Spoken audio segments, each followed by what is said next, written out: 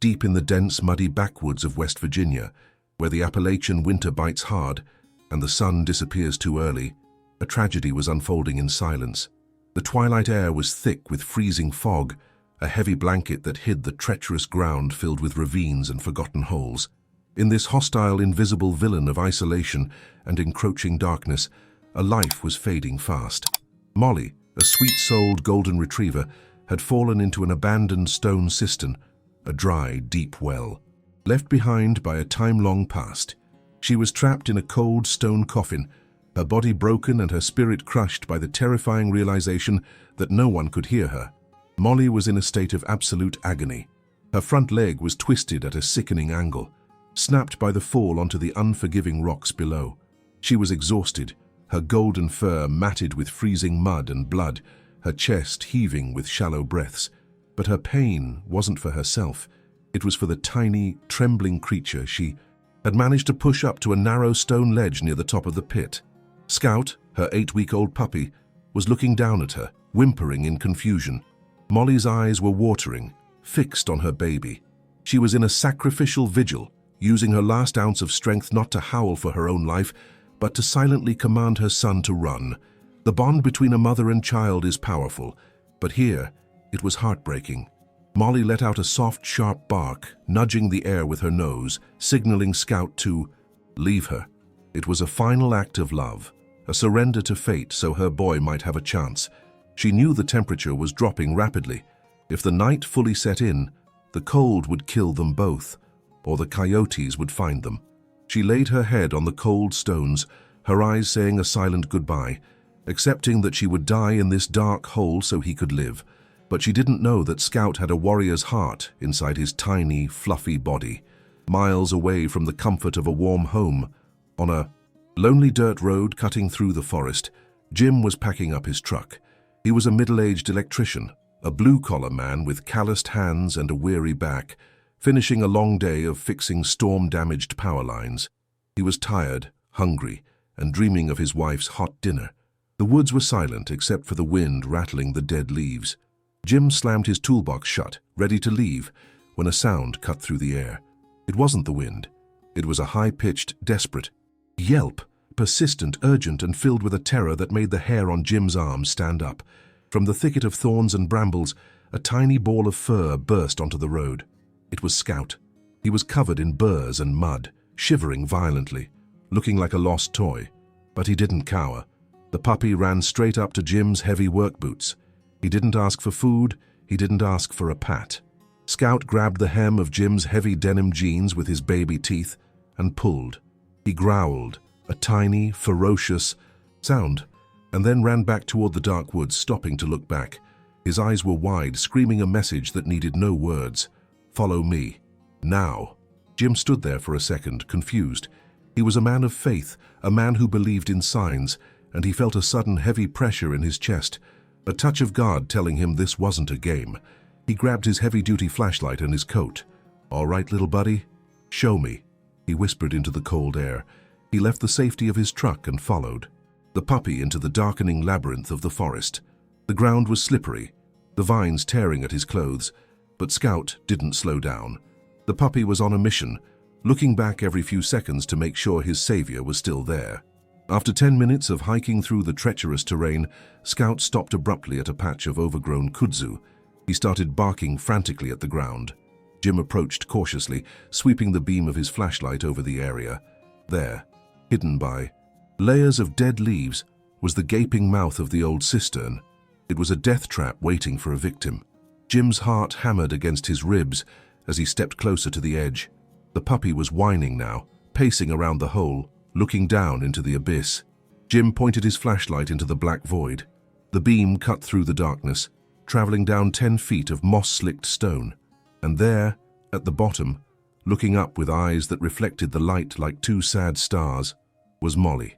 She let out a low, weak moan when the light hit her face. It wasn't a growl, it was a sob of relief. Jim gasped, seeing the unnatural angle of her leg and the defeat in her posture. She wasn't just trapped, she was dying. And she had sent her baby to find an angel in a utility truck. The reality of the situation hit Jim like a punch to the gut. This wasn't just a rescue, it was a race against time. The walls of the cistern were vertical and slick with slime. Molly was too heavy and too hurt to help herself. If he tried to climb down without a plan, he would fall and break his own neck, leaving them all to die in the dark. But looking at Molly's pleading eyes, Jim knew he wasn't leaving. He was her only hope, and failure was not an option. This brave puppy just led a stranger to his dying mother. Can you imagine the intelligence and love in his heart? If you are praying that Jim can get her out of that hole, please subscribe right now. Your prayers and support help us tell these stories. God bless everyone who stops to help an animal in need. Now let's see if Jim can perform a miracle. Jim stood on the edge, staring down into the black throat of the earth. The problem wasn't just the depth, it was the slime. The walls of the cistern were coated in decades of moss and wet algae. If he fell, he'd break a leg too, and then there would be 2 victims waiting to die in the dark. He checked his truck bed mentally. No long ladder, just his standard tool belt and coils of heavy-duty wire. He had to improvise. He grabbed his lineman's safety harness and a spool of high-tensile rope. "Hold on, Mama, I'm coming," he grunted, his breath visible in the freezing air. He found a sturdy, gnarled oak tree about 10 feet from the edge. It looked like it had stood watch over these woods for a century. Jim tied a bowline knot, the kind that never slips, around the trunk. He tested it with his full weight, leaning back until the rope sang with tension. It held. This was madness. He was a 50-year-old man with bad knees, not a rock climber, but the whimper from the bottom of the well scraped against his soul. He clipped the heavy carabiner to his belt and backed toward the edge. Scout, the little hero, was pacing frantically at the rim. As Jim lowered himself over the lip of the well, the puppy licked his face one last time, as if giving him a muddy blessing. The descent was a nightmare. Jim's boots scrabbled for purchase on the slippery stones, dislodging clumps of wet moss and pebbles that fell onto the injured dog below. Every inch was a battle against gravity and fear. The air grew colder and damper the deeper he went, smelling of wet earth, old decay, and trapped fear. When his boots finally touched the debris-littered floor, the space was suffocatingly small. He was standing in a stone coffin. Molly pressed herself against the far wall, trembling so hard her teeth chattered audibly. When Jim reached out a hand, she let out a low, guttural growl. It wasn't aggression, it was the raw voice of pain. She was terrified that this large intruder was there to hurt her more. She bared her teeth, guarding her broken body with the last of her strength. Jim froze. He knew one wrong move could trigger a bite, which would complicate everything. "It's okay, girl, I'm here to help," he soothed, keeping his voice low and steady. But Molly wasn't listening to him. She was listening to the darkness. Then, from high above, a sharp bark echoed down the shaft. It was Scout. He was peering over the edge, his tiny silhouette framed against the gray sky. He barked again, a joyful, encouraging sound. "It's okay, Mom. He's the good guy." The effect was instant. Molly's ears perked up. She looked up at her son, then back at Jim. The tension drained from her body like water. She exhaled a long, shuddering breath and lowered her head. She decided to trust the judgment of the puppy she had saved. Slowly, painfully, she dragged herself inch by inch toward Jim, until her wet nose touched his knee. It was a surrender that brought a lump to Jim's throat. She was giving him permission to save her. Jim knelt in the muck, ignoring the freezing water soaking his jeans. He turned on his flashlight to inspect the damage.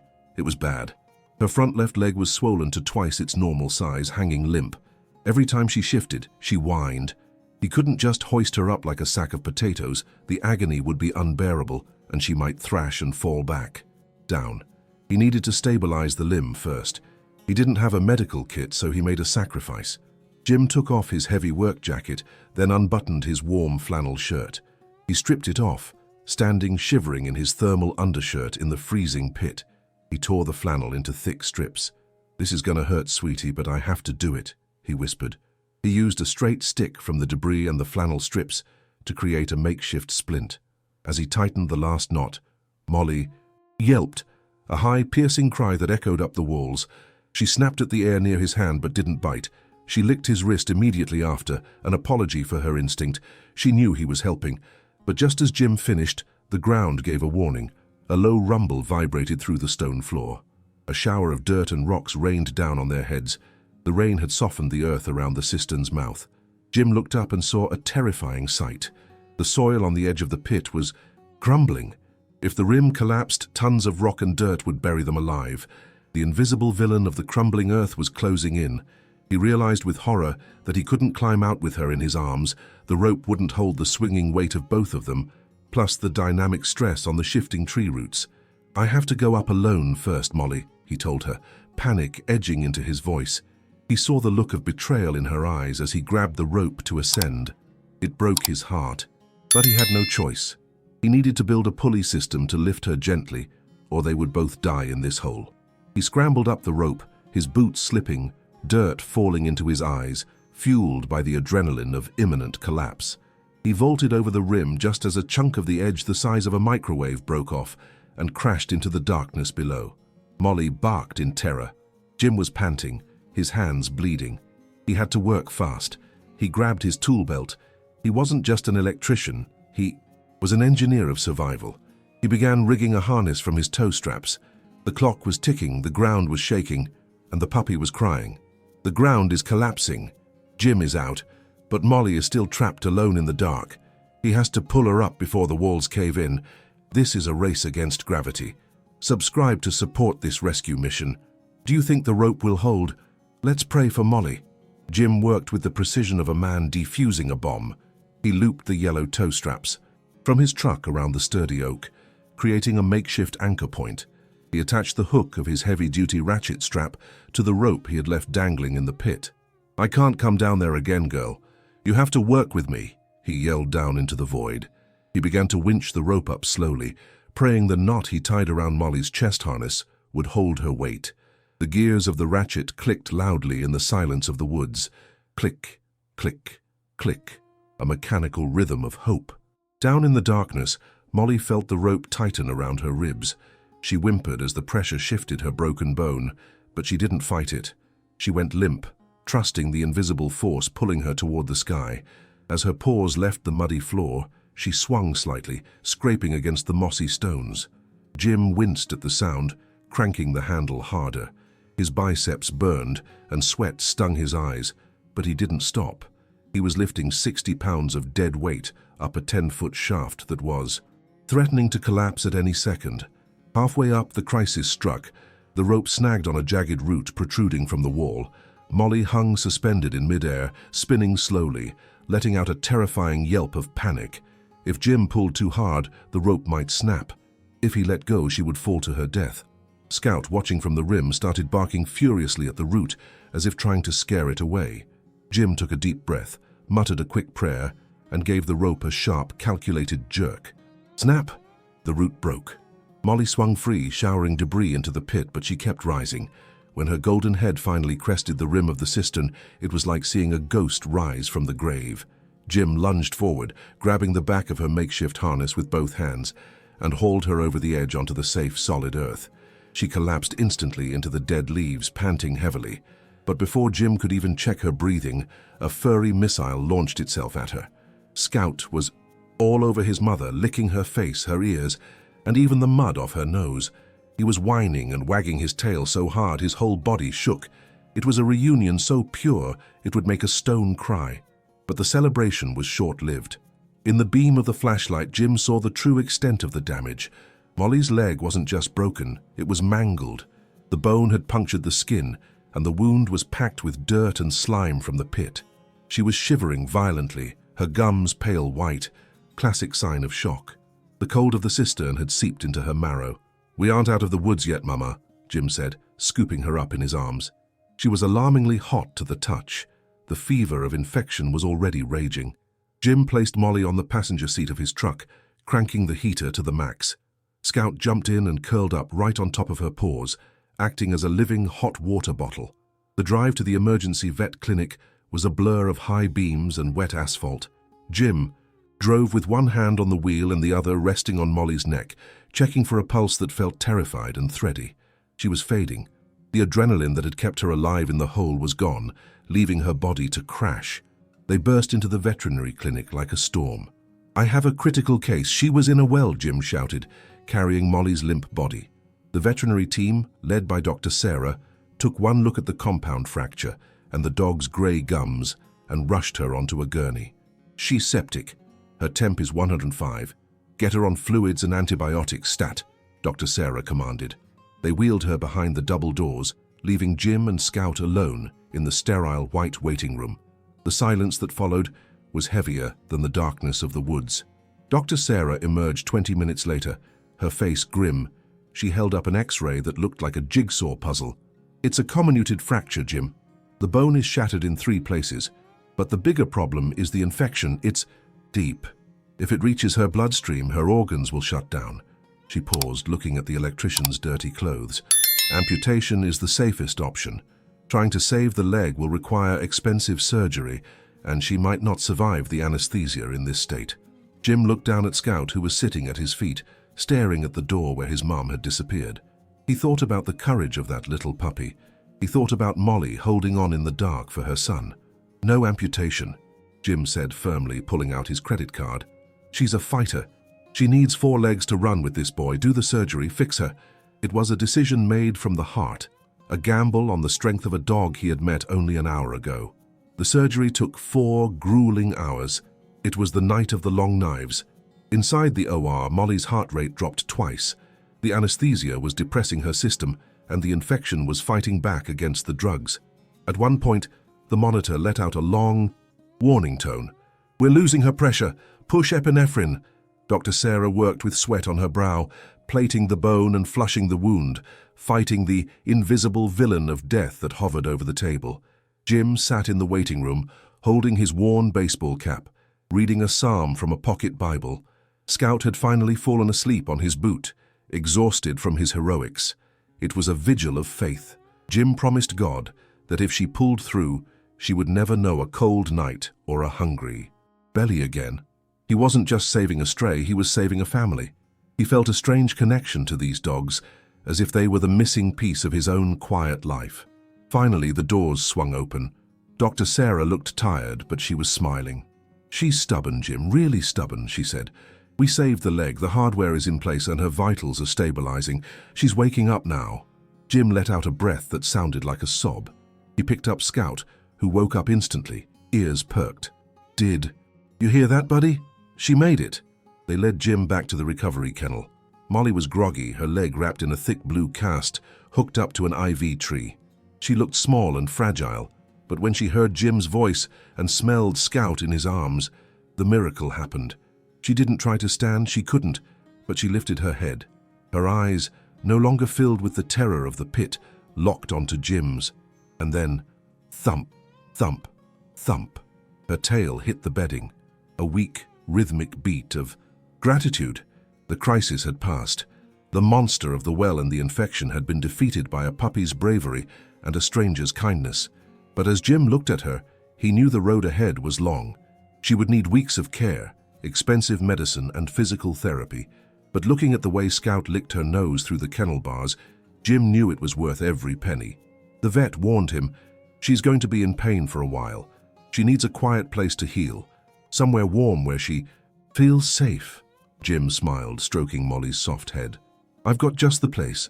My fireplace has been empty for too long." The decision was sealed. They weren't going to a shelter. They were going home. Molly survived the surgery. She kept her leg and her life. This is the power of never giving up. But look at her. She is weak and has a long recovery ahead. If you are crying happy tears for this family, hit that like button. Let's show Molly she is the bravest mom in the world. Now, get ready for the most heartwarming transformation ever. 6 weeks have passed since the nightmare in the woods, and Jim's living room has transformed from a quiet, empty space into a sanctuary of healing. The silence that used to greet him after work has been replaced by the soft, rhythmic tapping of paws on hardwood floors. Molly is no longer the muddy, broken creature shivering in a pit. She is the queen of the hearth. Lying on a thick, orthopedic bed, right in front of the crackling fireplace, she looks like a golden statue. The terror of the cold cistern is a distant memory, replaced by the warmth of a home where the thermostat is always set to cozy. The day the cast came off was a holiday in the household. Dr. Sarah carefully cut away the blue fiberglass, revealing a leg that was scarred but straight and strong. Molly sniffed her healed limb with curiosity, then gave Jim's hand a wet lick as if to say, "You fixed me." Then came the glow-up bath. It wasn't just a wash, it was a baptism. As the warm water and oatmeal shampoo rinsed away the last stubborn flecks of Appalachian mud, Molly's coat fluffed up into a cloud of shimmering gold.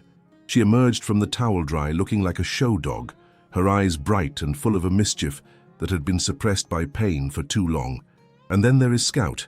The tiny, desperate hero who dragged a man into the woods has grown into a chunky potato of pure energy. He isn't scavenging for scraps anymore. His belly is round and full of premium puppy chow.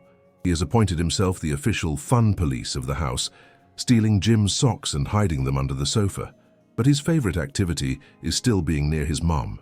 He doesn't need to protect her anymore, but he still sleeps with his chin resting on her back, a habit born in the darkness that has carried over into the light. The true emotional peak came on a sunny Saturday morning in the backyard. It was time to test the leg. Jim opened the back door, and for a moment, Molly hesitated on the threshold. She looked at the grass, perhaps remembering the treacherous ground of the forest. But then Scout zoomed past her, grabbing a squeaky toy. The instinct to play overrode the memory of fear. Molly stepped out. She didn't limp, she trotted. Then she broke into a run. It wasn't perfect. There was a slight rhythmic hop to her gait, but she was fast, free, and smiling that wide, open-mouthed golden retriever smile. Jim stood on the porch, a mug of steaming coffee in his hand, watching his kids play tag. He felt a lump in his throat. He remembered the darkness of that well and the despair in Molly's eyes. To see her now, chasing a tennis ball and wrestling with her son in the safety of a fenced yard, felt like witnessing a resurrection. He realized that saving them hadn't just changed their lives, it had changed his. The blue-collar exhaustion he used to feel was gone, replaced by a sense of purpose.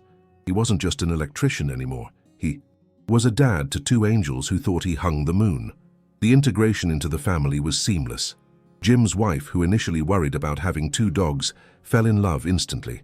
She calls Scout her little genius, and Molly her old soul. The house is filled with toys, laughter, and love. They didn't just adopt two dogs. They completed a puzzle they didn't know was missing pieces. Molly has become Jim's shadow. When he puts on his work boots in the morning, she nudges his hand, as if reminding him to be safe out there. She knows the world can be dangerous, but she also knows that her human will always come back. As for the person who left that cistern open or abandoned them in the woods, they are forgotten, a ghost in the rearview mirror. Their cruelty was the catalyst for a miracle. Karma works in mysterious ways. By discarding these treasures, they gifted Jim the most loyal friends a man could ask for. The invisible villain of loneliness was defeated by a puppy's bark. The woods are cold and dark tonight, but in Jim's house the fire is lit, the bowls are full, and the family is together. The video ends with a freeze frame of the three of them on the couch. Jim is asleep with his mouth open. Scout is draped over his neck like a scarf, and Molly is resting her head on his chest, her eyes closed in perfect peace. The caption fades in slowly. They were lost in the dark, but they found their light. Welcome home, Molly and Scout. Scout was just a baby, but he had the heart of a giant to save his mom. Do you think animals understand love better than humans do? Tell us your thoughts below. Leave a like if you believe Jim is a hero for answering the call. Comment, "Welcome home," to bless their beautiful new life together.